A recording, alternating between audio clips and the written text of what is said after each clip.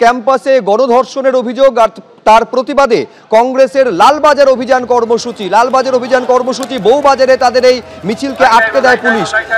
কালীগঞ্জ থেকে শুরু করে কসবা থেকে শুরু করে আরজিকর নারী নিরাপত্তা শিখেই আইন শৃঙ্খলার প্রশ্ন তুলে সিপিকে ডেপুটেশন জমা দেওয়ার কর্মসূচি ছিল কংগ্রেসের। বৃষ্টি মাথায় নিয়ে কংগ্রেসের এই প্রতিবাদ কর্মসূচি।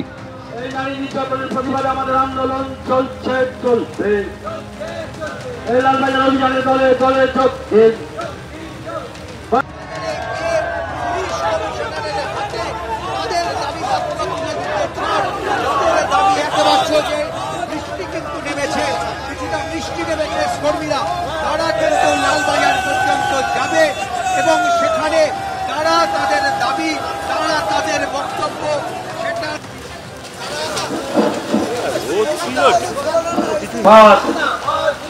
এই নারী নির্যাতনের প্রতিবাদে আমাদের আন্দোলন চলছে।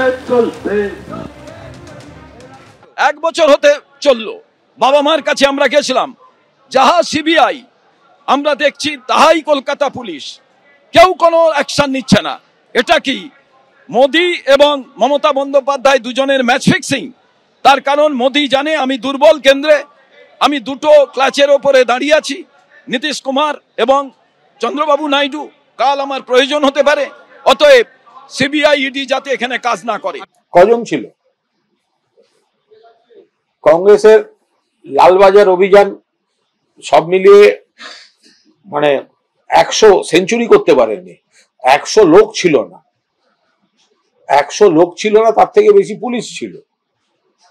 করছে কংগ্রেস বলে কিছু আছে, কয়েকটা পার্টিকুলার পকেটে 2-4 জন আছেন, তারাও ভুল বুঝতে পারছেন। কংগ্রেস সিপিএম এর কাছে আত্মসমর্পণ করেছে। দুটো শূন্য দল যোগ করলে শূন্যই হয়। যে কোনো গণতান্ত্রিক দল তারা আন্দোলন করবে নিয়ে বলার কি আছে?